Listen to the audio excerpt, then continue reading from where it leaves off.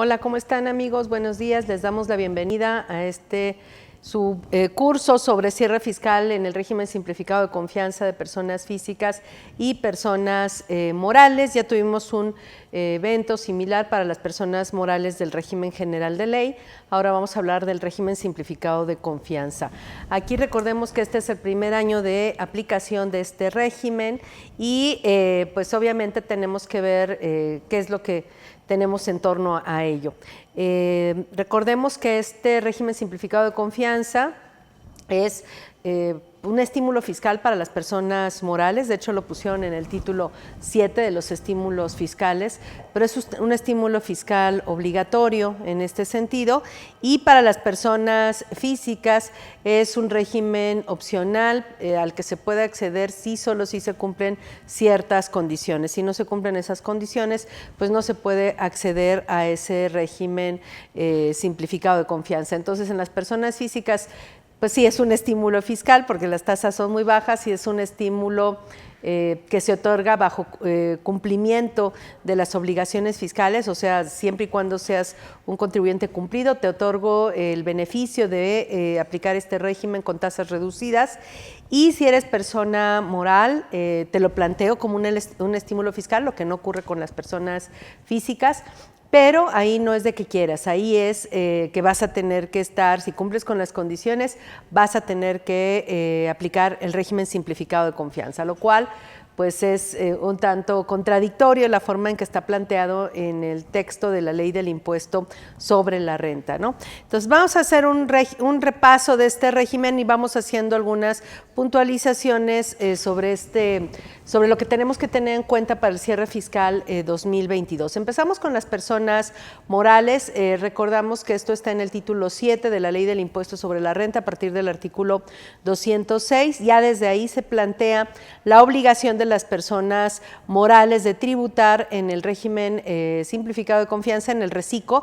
Dice cuando estén constituidas por personas físicas únicamente, cuando sus ingresos no excedan de 35 millones de pesos. Dice, bueno, si eres una persona moral que te acabas de constituir, que estás formada únicamente por personas físicas y que esperas no rebasar ese monto de ingresos. Si el contribuyente, si la persona moral excede el monto de los ingresos durante el ejercicio, pues va a cambiarse al régimen general de ley, pero no en el año en el que excede los ingresos, sino al ejercicio siguiente. Eso es lo que dice la ley. Caso diferente a las personas físicas. Las personas físicas, donde sí se trata de un auténtico estímulo fiscal, aunque no esté en el título de estímulos fiscales, o se parece más a un estímulo fiscal, por lo menos en el caso de las personas físicas, ahí sí, una vez que se excedan el monto de los ingresos de 3.500.000, inmediatamente en el mismo ejercicio se tienen que pasar al régimen general de ley y tienen que presentar declaraciones complementarias de todos los meses anteriores, echando para atrás la aplicación del RECICO, las tasas reducidas del RECICO, y aplicando las tasas, más bien la tarifa de ley, como se aplica tradicionalmente. Entonces, en principio, esta es la primera diferencia entre las personas físicas y morales. Y luego se establece quiénes son las personas que no pueden tributar en este régimen. Dice, bueno, pues cuando uno o varios de sus accionistas o integrantes participen en otras sociedades mercantiles, dice, donde tengan el control de la sociedad o su administración, o sean partes relacionadas, dice, entonces en este caso no vas a poder, la persona moral no va a poder tributar en el RECICO. De hecho, el SAT pues identificó quiénes cumplían y quiénes no cumplían con estas actividades, con estos requisitos, y de entrada excluyó a aquellos que tenían accionistas en otras empresas con estas circunstancias, ¿no? Que eran representantes legales o que tenían el control de esas sociedades. También cuando se realizan actividades a través de fideicomiso o asociación en participación, se hace una lista también de las personas morales que no pueden tributar en este régimen, instituciones de crédito, de seguros, de fianzas, o sea, el sector financiero, los grupos de sociedades, los que optaron por tributar con el régimen que sustituyó al régimen de consolidación fiscal, los coordinados del autotransporte, las personas dedicadas al sector primario, que esas tienen su propio régimen dentro del título de personas morales en el régimen general de ley, tienen un régimen con reducciones de impuesto y exenciones, que no, por lo tanto no aplicarían este régimen simplificado de confianza. Claro que la condición para aplicar el régimen que está en el título 2, en el capítulo especial de sector primario, es que por lo menos el 90% de sus ingresos provengan de esas actividades: agricultura, ganadería, pesca, silvicultura. Si no alcanzan ese mínimo de ingresos para tributar en el régimen especial del sector primario, entonces sí podrían tributar en el RECICO cumpliendo los requisitos del monto de ingresos y que no tengan otros accionistas, otros socios, integrantes de otras personas morales donde tengan el control de esas personas morales. Desde luego tampoco van a poder estar en este régimen las personas morales con fines no lucrativos, ni las sociedades cooperativas de producción que optaron por tributar en el régimen especial contenido en el título 7, en el título de estímulos fiscales, que es un régimen muy parecido al régimen simplificado de confianza en cuanto a ingresos acumulables, deducciones autorizadas, muy parecido. Claro que con la diferencia de que estas sociedades cooperativas no pagan el impuesto, pueden diferir el pago del impuesto hasta 2 años en términos del título 7, si no me recuerdo son 2 artículos únicamente, si no me recuerdo por ahí del 195, más o menos, 190 y tantos de la ley. Se difiere el impuesto anual hasta por 2 años y si bien es cierto que estas sociedades cooperativas tampoco pueden deducir los anticipos y rendimientos que se entregan a los socios, que se entregan a los socios cooperativistas que se asimilan a salarios. Lo cierto es que el impuesto se paga, dice la ley, se puede pagar pues cuando se les retiene y entera el impuesto a estos socios cooperativistas, ¿no?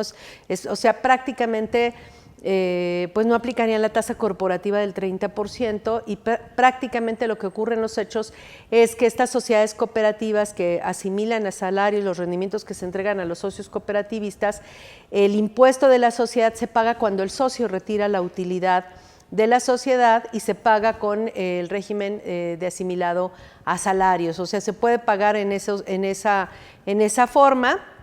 Y entonces, en este caso, pues no importa que no sean deducibles estos rendimientos que se asimilan a salarios, porque a final de cuentas la utilidad cuando se retira se asimila a salarios, no es deducible, pero el impuesto se paga con la tarifa de personas físicas con la tasa máxima del 35%. Entonces es un régimen que está, creo yo, más o menos bien diseñado, es un régimen interesante y bueno, los que están ahí pues ya tienen todos los beneficios similares a los que se tienen en el RECICO en cuanto al flujo de efectivo e incluso más allá porque pueden diferir el impuesto. Por lo tanto, las sociedades cooperativas que puedan tributar en este régimen opcional del título 7 pues están mejor que las del régimen simplificado de confianza, ¿no? Y finalmente le dice a los contribuyentes que dejen de tributar en el régimen simplificado de confianza, que después vamos a ver que bajo ciertas condiciones la resolución miscelánea sí les permite a los que salieron del RECICO, personas morales que salieron del RECICO, sí les permite regresar al RECICO bajo ciertas condiciones. Y ahí sí vamos a ver que la regla establece que tienen que ser contribuyentes cumplidos, no haber excedido de los 35 millones de ingresos en el último año, en el año anterior, etcétera, para poder regresar al régimen simplificado de confianza. Entonces, es lo que se establece en este caso. Ahora, vía disposiciones transitorias se estableció que pues tenían que tributar, se confirma que era un régimen obligatorio y se establece que el SAT es el que va a poder modificar las obligaciones del contribuyente y mandarlo directamente al régimen simplificado de confianza.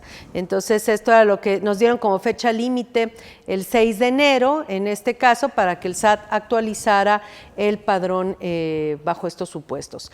Aquí, de entrada, las personas morales que todavía en esos primeros días de enero habían estado facturando con el régimen anterior, que todavía no sabían si el SAT los había cambiado o no, pues todavía se estableció que en enero podían modificar esto, sustituir sus facturas que habían emitido con el régimen del régimen general de ley para sustituirlos por el régimen simplificado de confianza.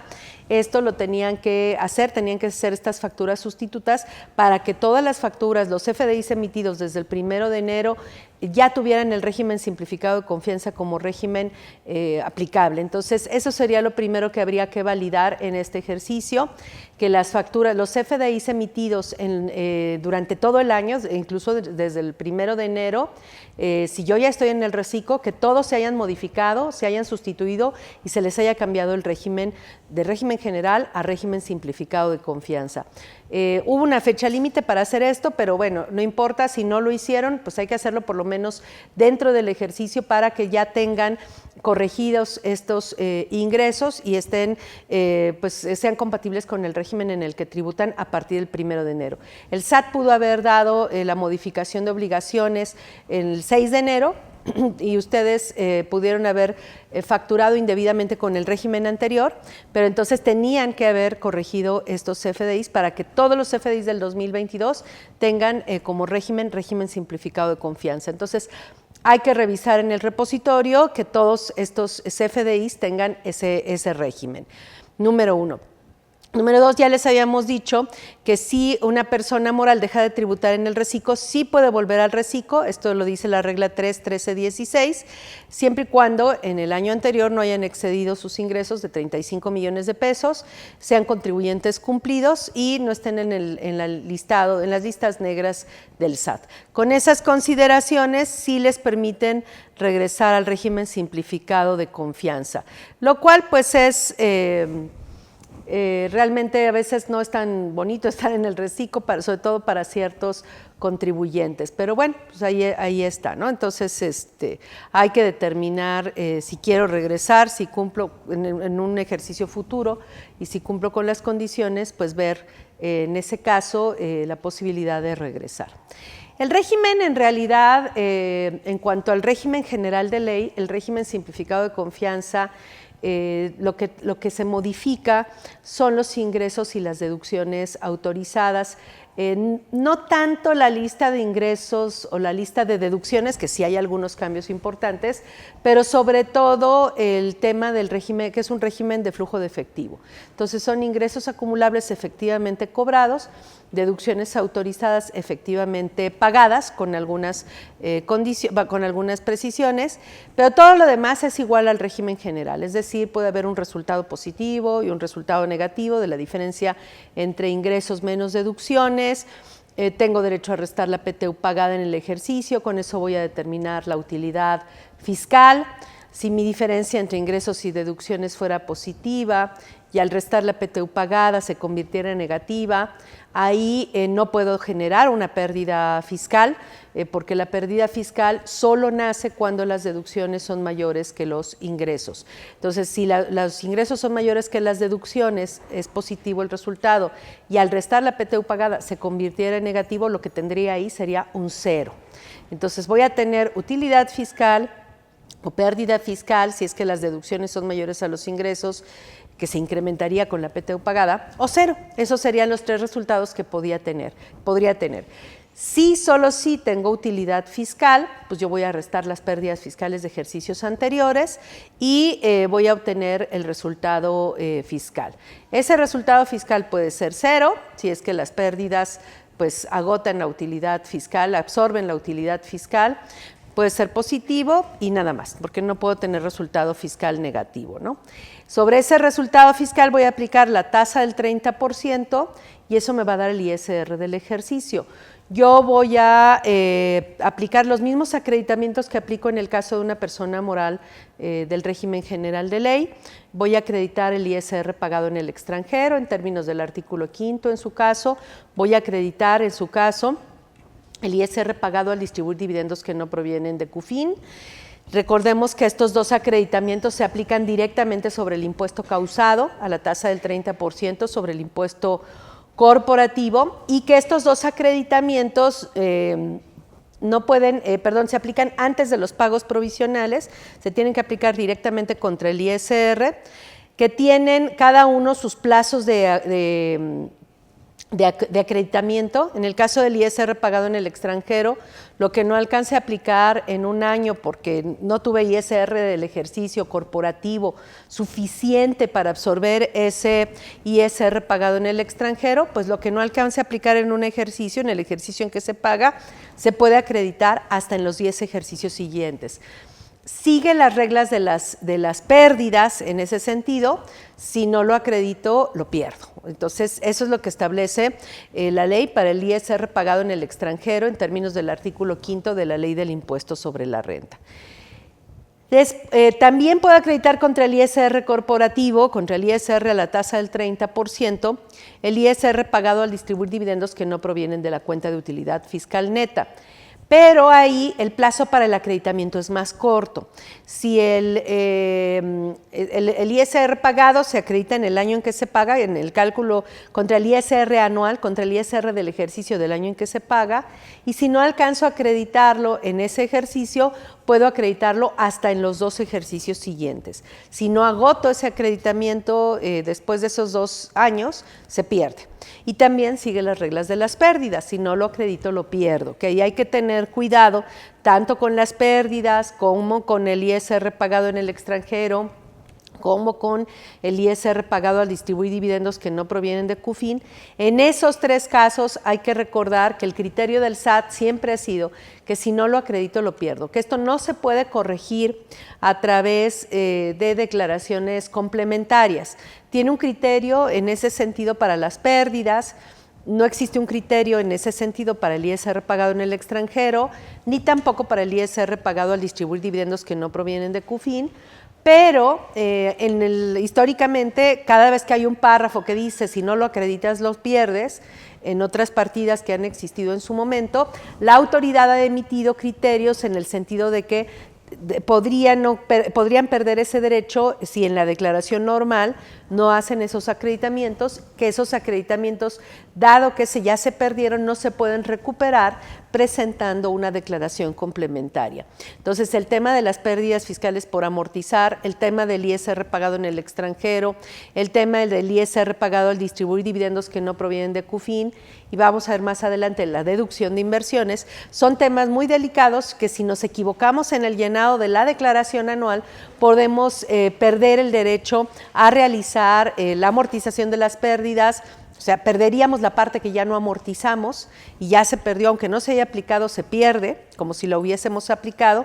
Perderíamos el derecho a acreditar el ISR pagado en el extranjero y acreditar el ISR pagado al distribuir dividendos que no provienen de CUFIN. Entonces, son datos que tenemos que tener bien identificados en nuestros papeles de trabajo para no perder esos derechos por su falta de aplicación en la declaración anual. Entonces, cuidado con esa parte. Ahora, en este sentido, cuando hablamos de estos 2 acreditamientos en particular, el ISR pagado en el extranjero y el ISR pagado al distribuir dividendos que no provienen de CUFIN, no existe un orden entre uno u otro de cuál se aplica primero.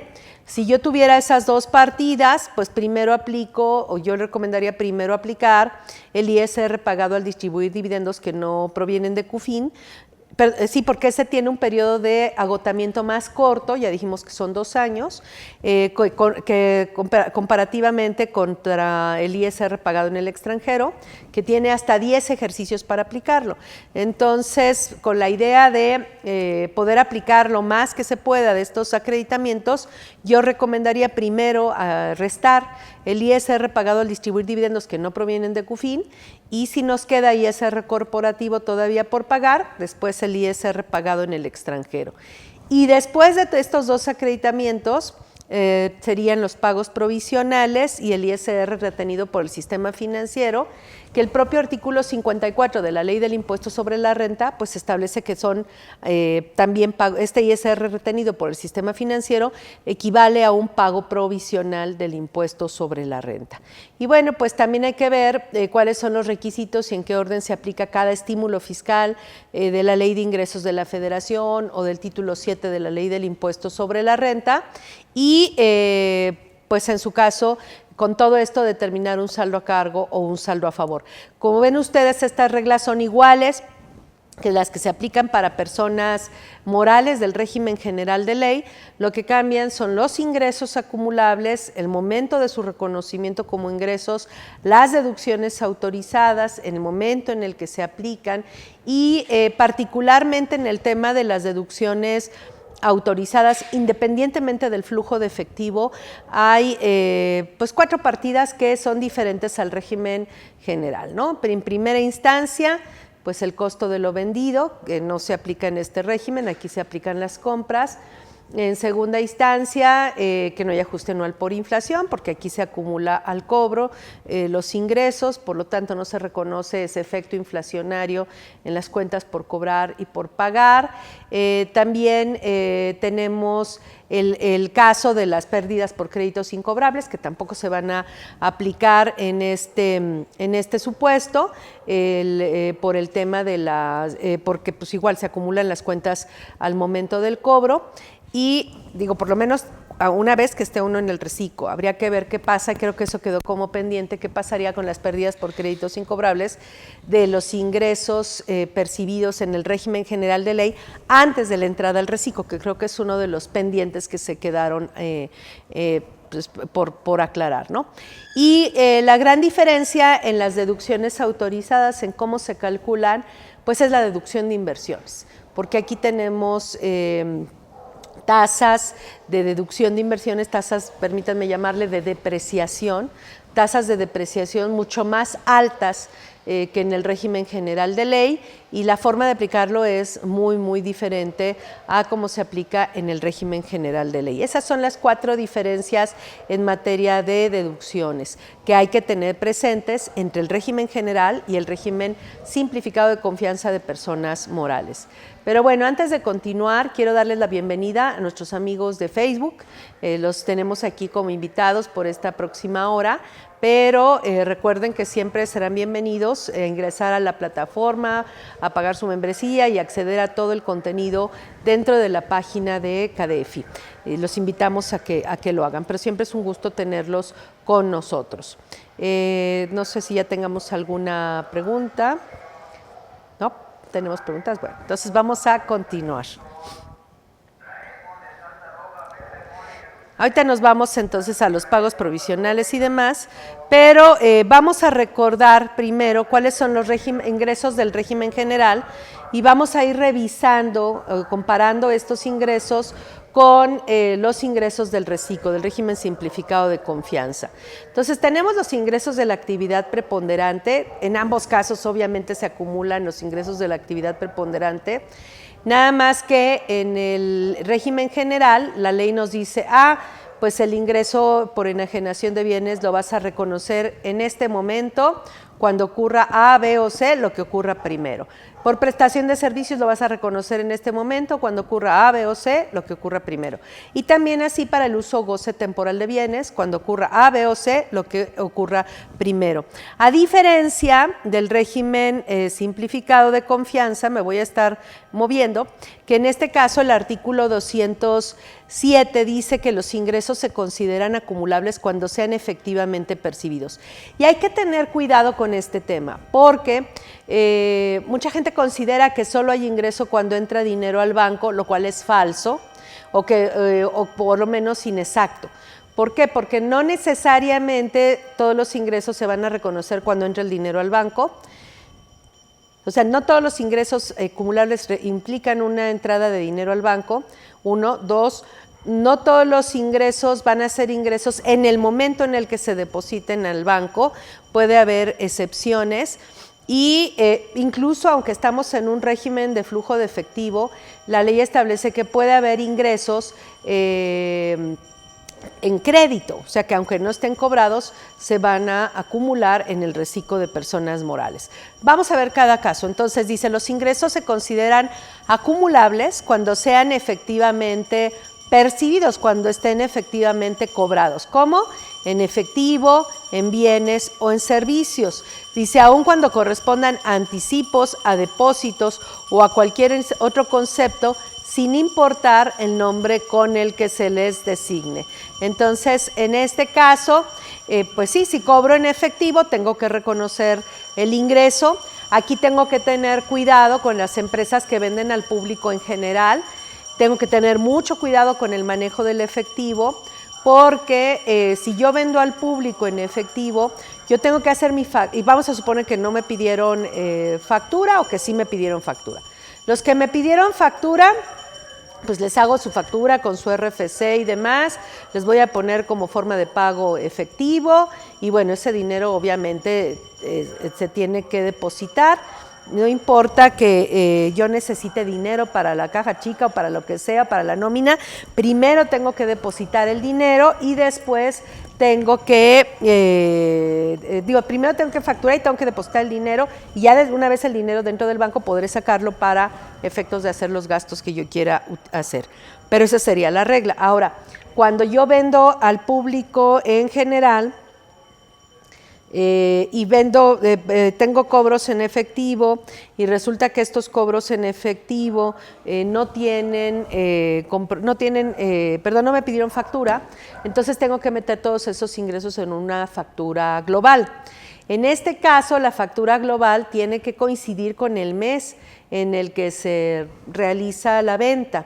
Entonces, de preferencia aquí, no sé cómo estén sus programas de facturación, pero recuerden que en términos de las reglas que se aplican al timbrado, una vez yo tengo que mandar el archivo al PAC o al SAT para que lo timbre, y en este caso el SAT o el PAC tienen hasta 72 horas para timbrar este archivo.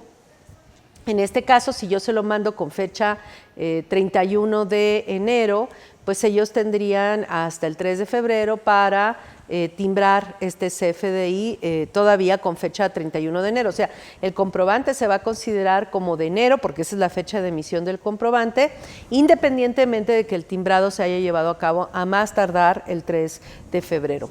En la página del SAT, sí se puede hacer esto, cuando uno hace un CFDI de cualquier tipo con fecha, pues puede uno ingresar a la página del SAT y puede uno, el 1 de febrero, vamos a suponer, y puede uno hacer un CFDI con fecha 31 de enero, y mientras entre la fecha que le ponemos, que es 31 de enero, y la fecha del timbrado no excedan de 72 horas, el CFDI se va a timbrar con fecha 31 de enero. Si lo mandamos con fecha 31 de enero, pero lo mandamos a timbrar el 4 de febrero, ya no nos van a permitir timbrarlo porque ya pasaron más de 72 horas entre la fecha del comprobante y la fecha del timbrado. Entonces, en el caso de los CFDIs que se hacen dentro de la página del SAT, sí se pueden hacer esto todavía en los 3 primeros días del mes siguiente, emitir estos CFDIs, normalmente serían los CFDIs globales, pero puede ser cualquier CFDI.